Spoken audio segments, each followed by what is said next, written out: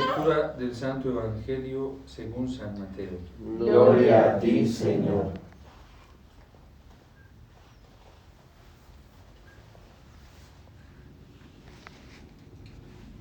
En aquel tiempo se acercaron a Jesús sus discípulos y le preguntaron: ¿por qué les hablas en parábolas?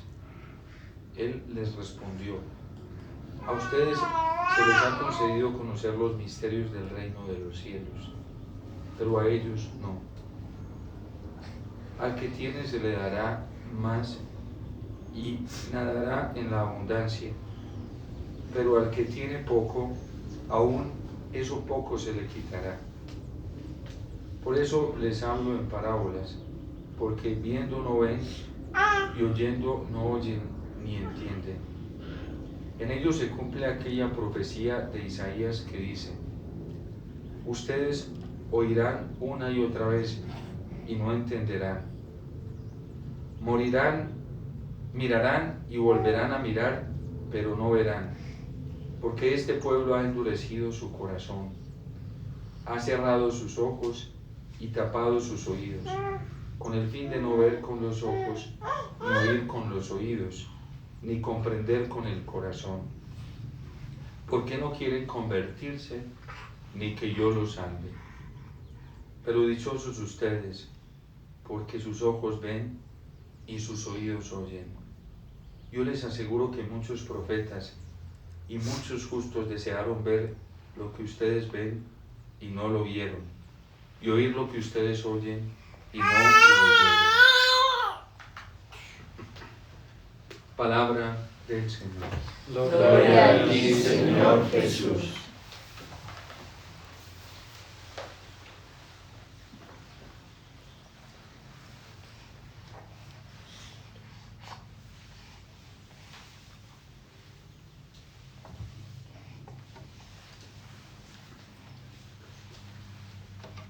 Cuando el ser humano llega a la experiencia profunda de sus límites, cuando verdaderamente experimenta la necesidad en los grados más altos, porque ya no encuentra soluciones para sus problemas en las fuerzas humanas, en las ayudas y las esperanzas de este mundo, entonces es cuando recurre inmediatamente a Dios. Incluso no solamente recurre a Dios, sino que es capaz de ajustarse a las condiciones que Dios le pide y obedecer lo que Dios quiere que se obedezca. A mí me impacta mucho, bueno, desde antes de ser sacerdote, ahora mucho más como sacerdote, a esta casa del Ave María llega muchísima gente. De hecho, nosotros no tenemos que hacer ni siquiera convocatorias por internet, ni hacer promociones. Aquí la gente llega sola, ¿sí? Es una cosa impactante.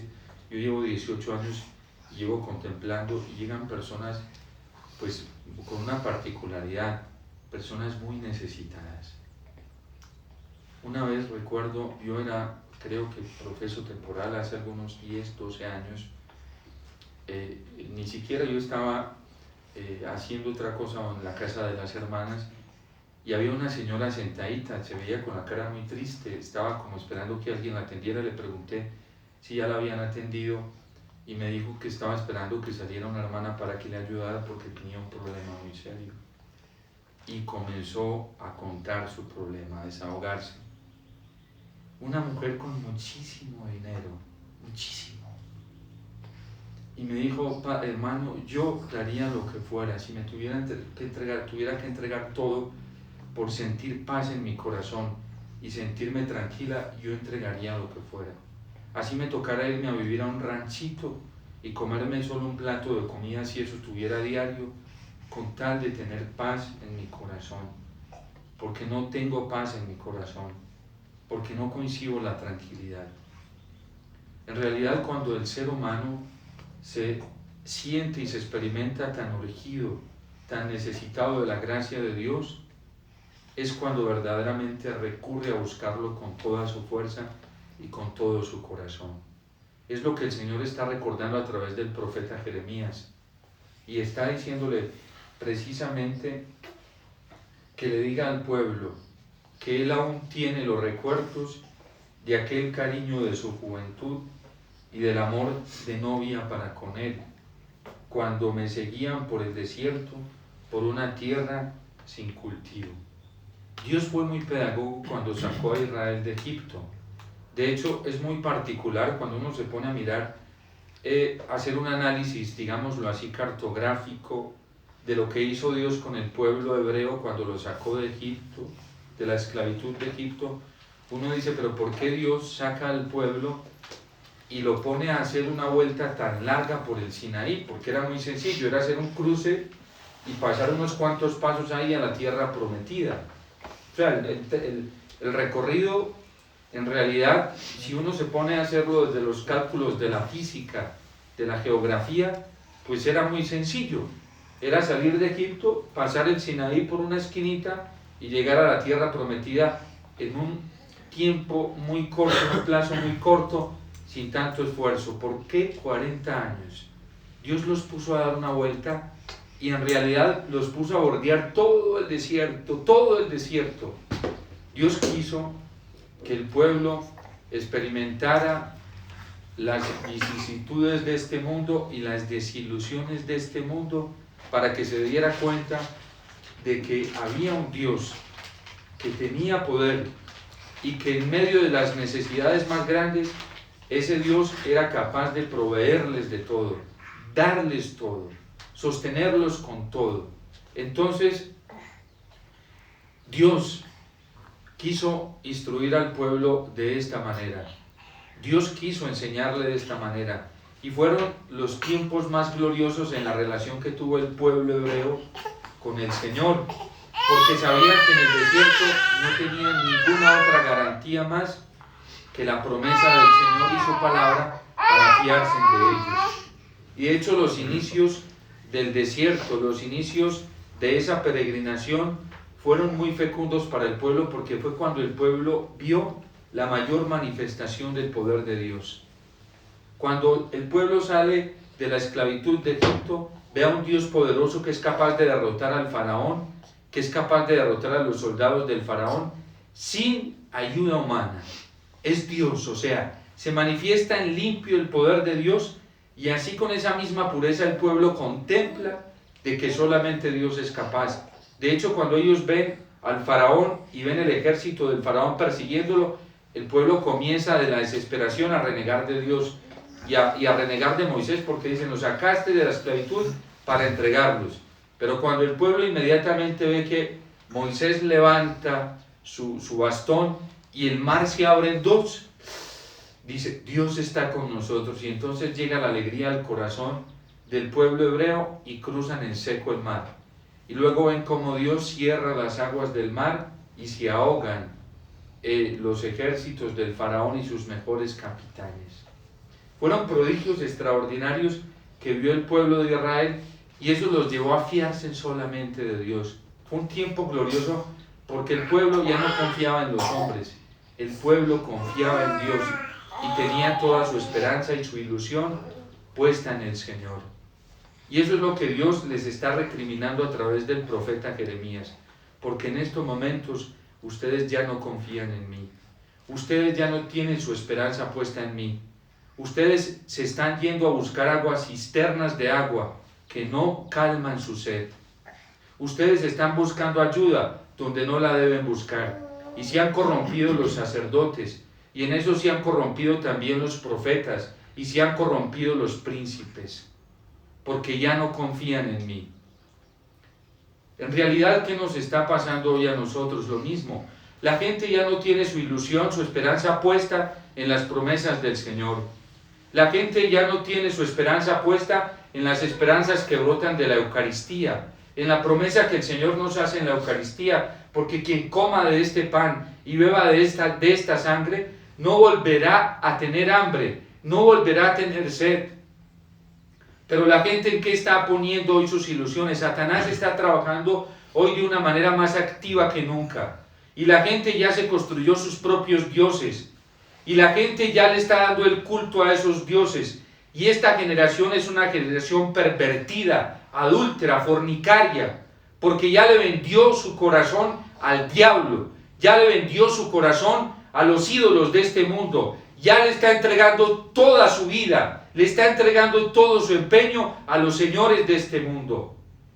Y hoy la humanidad podría escuchar aquella voz del Señor cuando habla con la mujer samaritana y le dice: ve y trae a tu marido. Y ella dice: no tengo marido. Has dicho bien, porque has tenido 5 y el que tienes ahora tampoco es tu marido. Porque este marido que tienes, este Señor, no le está dando paz a tu corazón. Porque este Señor que tienes no tiene llena de ilusión, de alegría tu vida. Porque este Señor que tienes, lo único que te tiene es amarrada al pecado, amarrada a la idolatría, amarrada a la fornicación. Ese es el caso de la mujer samaritana. Y por eso ahí le dice a sus copaisanos que ha encontrado un hombre que le ha dicho toda la verdad. ¿Qué hizo Jesús? Le desnudó el corazón. Y en pocas palabras Jesús le dijo a la mujer samaritana: tú tienes el corazón pervertido. Tú te has entregado a otros dioses. Ojalá bebieras del agua que yo te daría, porque no volverías a tener sed jamás. Y ella le dice: Señor, dame de esa agua, porque yo no quiero volver a tener sed. Has venido a buscar agua a este pozo, pero siempre que tomas de esta agua, vuelves a tener sed. El agua que yo daré será un agua que saltará hasta la vida eterna, y quien beba de esta agua nunca jamás volverá a tener sed. Señor, yo quiero de esa agua. Y dice que en ese mismo instante la mujer soltó su cántaro y se fue a anunciarle a sus copaisanos lo que había sucedido, y le creyeron, porque todos salieron corriendo a ver qué era lo que ella había experimentado. ¿Qué significa en la Sagrada Escritura soltar el cántaro? Dejó el pecado, dejó al mundo, se divorció con el mal, rompió rotundamente con el mundo, rompió rotundamente con el mal, rompió rotundamente con el pecado y se entregó al Señor. Y después ellos van y le dicen: ya nosotros no creemos por tus palabras, nosotros mismos lo hemos visto y lo hemos oído y creemos que Él es el Señor. Esta generación está pervertida. La gente ya no cree en Jesús. Y aunque celebran ritos y van a la Eucaristía y van a misa, no creen en el Señor, porque tienen su confianza y tienen su esperanza puesta en los poderes humanos. Tienen su corazón puesto en las ilusiones humanas, en los sueños humanos. A uno le da mucha tristeza y hasta un despecho en el corazón como sacerdote ver los católicos, los cristianos, cómo se entregan al mundo, cómo se entregan a la idolatría, cómo se entregan a los poderes de este mundo. Y yo pienso y digo: si a mí me duele el corazón, ¿cómo le dolerá a nuestro Señor, que es a quien están traicionando y a quien están entregando? ¿Cómo sufrirá el Señor? ¿Cuánto dolor, cuánto despecho sentirá el Señor en cada Eucaristía cuando llegan cientos y cientos a las celebraciones eucarísticas, pero ciegos, sordos, sin ojos porque no ven, no contemplan lo que sucede en el altar, no tienen capacidad de escuchar la palabra del Señor, ni la entienden ni la comprenden? ¿Cuántos cadáveres llegan a celebrar la Eucaristía? Solo cadáveres, sin vida, sin espíritu, porque así como vinieron se devuelven. ¿En qué se nos han convertido las celebraciones eucarísticas hoy? Puro ritualismo. Y a la gente no le importa cómo se trata al Señor, no le importa de qué manera le celebren la Eucaristía. A los católicos ya eso no les importa. Y no se dan cuenta muchas veces que una mala celebración puede dañar sus almas, así como una buena celebración puede alimentar sus almas y las puede bendecir. Una mala celebración eucarística también puede pervertir sus almas. ¿Cuántos sacerdotes hoy suben al altar a tratar de cualquier manera a nuestro Señor? Pero lo peor de todo, los ciegos que están ahí viendo y no dicen nada. Los sordos que dicen escuchar la palabra de Dios y no les importa que se ultraje el nombre del Señor, y no les importa que se ultraje Jesús y Eucaristía. No les importa nada porque ya están vendidos, se regalaron al mundo, se regalaron al mal. por eso no les importa, no les duele. Cuando uno no ama, a uno no le duele nada. Y por eso muchos católicos como no les duele, porque no aman al Señor. Por eso no les duele una celebración de cualquier manera, porque ya no lo aman. Yo me acuerdo, mucho antes, apenas estaba empezando mi camino formativo, yo opté en las celebraciones eucarísticas por hacer algo, por cerrar mis ojos, porque con mis ojos carnales no quería ver cómo se trataba el Señor en el altar. Y solamente abría mis oídos para escuchar el rito. Y fueron años y años así. Y muchos que me conocieron lo saben. Yo no abría mis ojos porque no quería ver, más bien quería ver con el alma. Y quería seguir el ritual con mis oídos. No quería dejarme empapar de tantos vicios que hoy se dan a través de la celebración litúrgica. Ustedes no saben que en la celebración eucarística nosotros se nos está alimentando y se nos puede alimentar bien o mal. Por eso el Señor a través del profeta dice: cuánto recuerdo aquellas épocas en el Sinaí, cuando ustedes solamente dependían de mí y estaban atentos solo a mi palabra. Pero a la gente no le importa que la Eucaristía se profane. A nosotros los sacerdotes no nos importa que vengan a tratar al Señor de cualquier manera. No nos importa si la gente viene en pecado mortal público. No nos importa. Hoy lo importante es el poder, lo importante es la fama, lo importante es el prestigio. Cuánto dolor sentí yo como sacerdote, y tengo que decirlo, porque un dolor en mi corazón, ahorita, por ejemplo, para las elecciones presidenciales. ¿Cómo es posible que la Iglesia, como ha sido de clara, cuando precisamente dice que no se puede votar por personas que promueven el aborto, y que un católico que vote de manera formal, consciente y deliberadamente por un candidato que promueve el aborto puede quedar en el peligro de quedar excomulgado? Miren lo que está pasando en Estados Unidos ahorita. Ya varios arzobispos ya sacaron públicamente una sentencia frente a una congresista parlamentaria, ¿sí? Porque ya le han hecho amonestaciones de manera privada y ya como le prohibieron a los sacerdotes de su diócesis, ella va a misa, darle la comunión. Ella se declara católica, pero promueve el aborto. O sea, nosotros hemos llegado a una disasociación tan terrible y lógica. O sea, ya no somos racionales, ya no tenemos inteligencia, ya nos mueve solamente el miedo. Y la gente no reflexiona, y la gente no se da cuenta del daño tan terrible que moralmente le hace eso a sus almas. La gente no sabe y se pone a seguir consejos de otros que parece que no supieran lo que está pasando y no saben el daño que le hace a sus almas. ¿Por qué? Porque nos volvimos materialistas a la hora de evaluar nuestra relación con el Señor. Y cuando uno es materialista, solamente mira las repercusiones externas, físicas, pero se vuelve pobre para mirar las repercusiones que hay en el alma. ¿Por qué nuestro país está ahorita en la oscuridad que está tan terrible?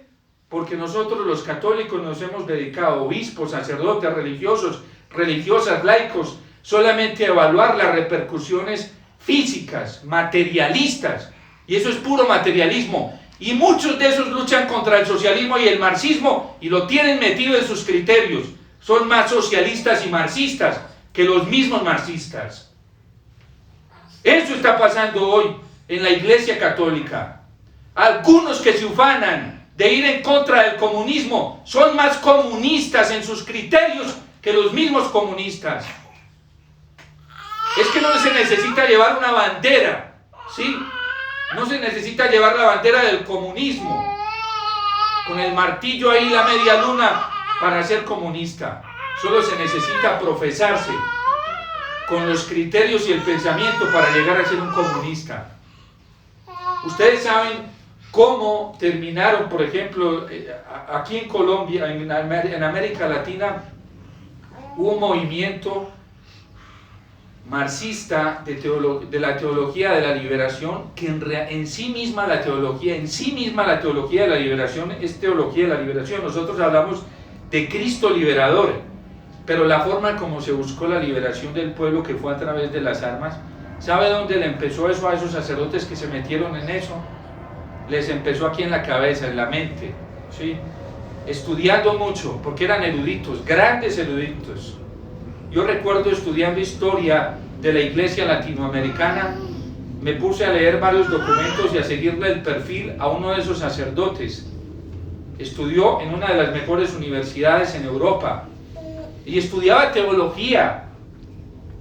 Un hombre brillante, inteligente. Yo por eso a los inteligentes de este mundo les tengo el pavor más terrible, porque cuando se llenan de vanidad, el diablo se los pesca y hay que tenerles mucho miedo. Hoy en el mundo de la política son terribles, demagogos hasta donde ya no más, con una capacidad verbal que te hablan de Dios mejor que cualquier católico, te hablan de la Virgen mejor que cualquier católico, te hablan de la iglesia mejor que cualquier católico, y eso es una especialidad en la demagogia.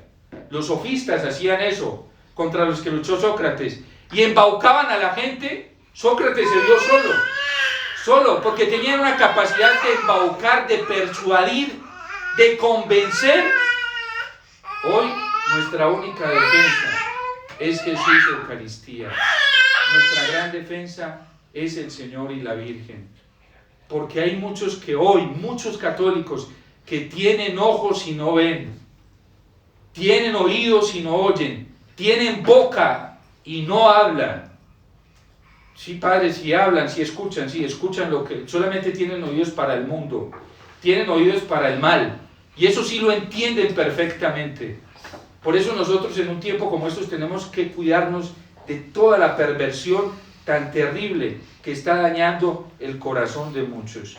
Y dice el Señor esta sentencia tan fuerte en el Evangelio: ¿por qué nos hablas en parábolas?, le dicen los discípulos.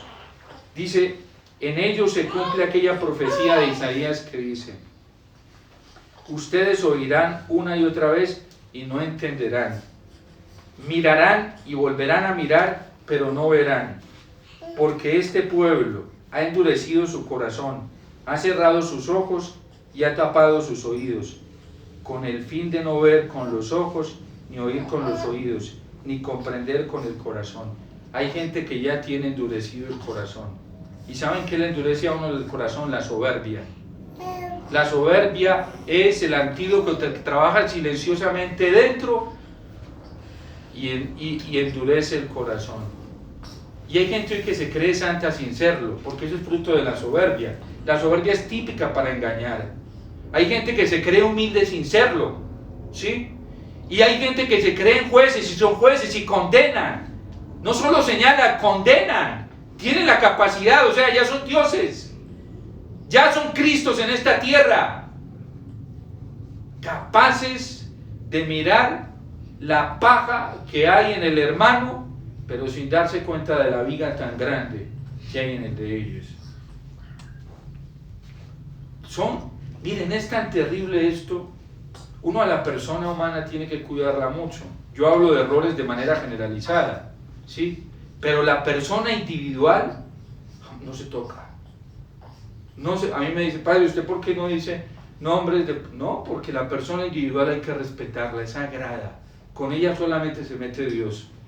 Yo hablo de errores generalizados, incluso instituciones, incluso a veces de personas públicas como políticos, como nuestro presidente, que ha sido tibio.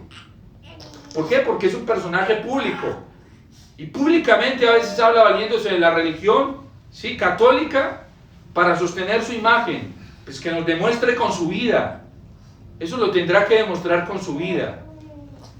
Pero lo digo porque es una repercusión pública y eso puede llevar a la gente al error. Y a mí como sacerdote, yo tengo el deber de denunciar esas cosas.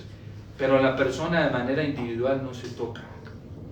Tanto que en el confesionario la gente llega, ni siquiera yo como sacerdote tengo que evaluar, escuchar a la persona para poder ayudarle a hacer un juicio moral. Ni siquiera yo. Los juicios morales los da el Espíritu Santo, ¿sí? Pero hemos llegado a ese grado hoy de testarudez, de soberbia, de endurecimiento, que nos creemos dioses. Hoy hay personas que se creen dioses, instituciones que creen que la única forma de salvación son ellos. Y el único medio de salvación es Cristo, la Eucaristía. Alguien decía que el padre Omar que iba a dañar la espiritualidad de ciertas personas, porque les digo que vengan a la Eucaristía, porque les digo que hagan adoración eucarística, porque les digo que se peguen del Santo Rosario. Eso es un patrimonio de la vida cristiana, no es mío. ¿Quién dijo que yo me inventé eso? Pues me da pesar de la gente que piensa así, como yo que eso me inventé, eso lo inventó Jesús. Yo estoy promoviendo lo que Jesús inventó. Ese es el grado de ceguera, de ignorancia al que llegamos hoy. A quien le dañe la espiritualidad de la Eucaristía está muy mal, es un protestante, o peor que un protestante. A quien le dañe la espiritualidad a la Santísima Virgen María está muy mal. A quien le dañe la espiritualidad, el culto a Jesús Eucaristía, el amor a Jesús Eucaristía, está muy mal. Ese no es ni católico, ni cristiano, ni nada, o sea, nada. Yo no sé en qué está, ¿sí? Tan terrible como estamos hoy.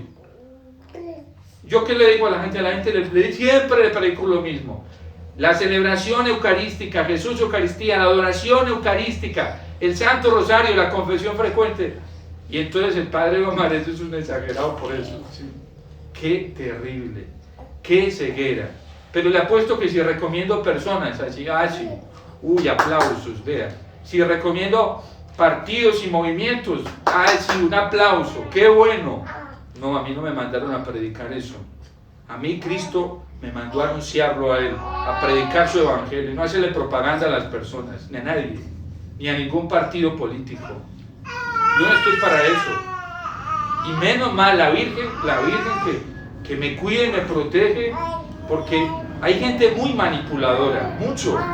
Yo hay movimientos muy manipuladores. No. Cristo, nosotros tenemos que anunciar a Cristo, y anunciar la Eucaristía es nuestra gran tabla de salvación en estos tiempos. Si no volvemos a Jesús Eucaristía y nos convertimos de corazón con toda el alma, nos van a pasar cosas muy terribles. Si no escuchamos al Señor, si no nos convertimos, nos van a pasar cosas muy tremendas. Si no volvemos con el alma y el corazón al Señor y volvemos a la Eucaristía, miren, no le tengan miedo a la Eucaristía. Yo no sé por qué hay cristianos católicos, y son católicos, que le tienen miedo a la Eucaristía. Es que a veces nos vamos apegando a una cantidad de ritualismos y disciplinas que no tienen nada que ver con lo central de nuestra fe. Tenemos que volver a la Eucaristía. Miren, a mí me escriben sacerdotes y yo siempre les digo, Padre, lo mismo para todo el mundo, Padre, vuelva a la Eucaristía. Usted quiere volver a encontrarle impulso a su ministerio, vuelva a la Eucaristía, Padre. Me dicen, Padre, pero es que mire, el problema es esto, nuestra diócesis. Padre, la esencia, vuelva a la Eucaristía y verás. Un sacerdote, le dije, Padre, centre su vida en la Eucaristía, póngase y empiece, Padre. Y empieza su ministerio a volver a florecer, a encontrarle. Es que el sentido de nuestra vida ministerial está en Jesús Eucaristía. A mí no me va a salvar el ministerio nadie en esta tierra, y el que se crea que es salvador de ministerios sacerdotales, pues es un soberbio, ¿sí? Porque el único que salva el ministerio, la vocación sacerdotal, es Cristo. Es Cristo. Uno no puede ser tan presuntuoso en la vida, ¿sí?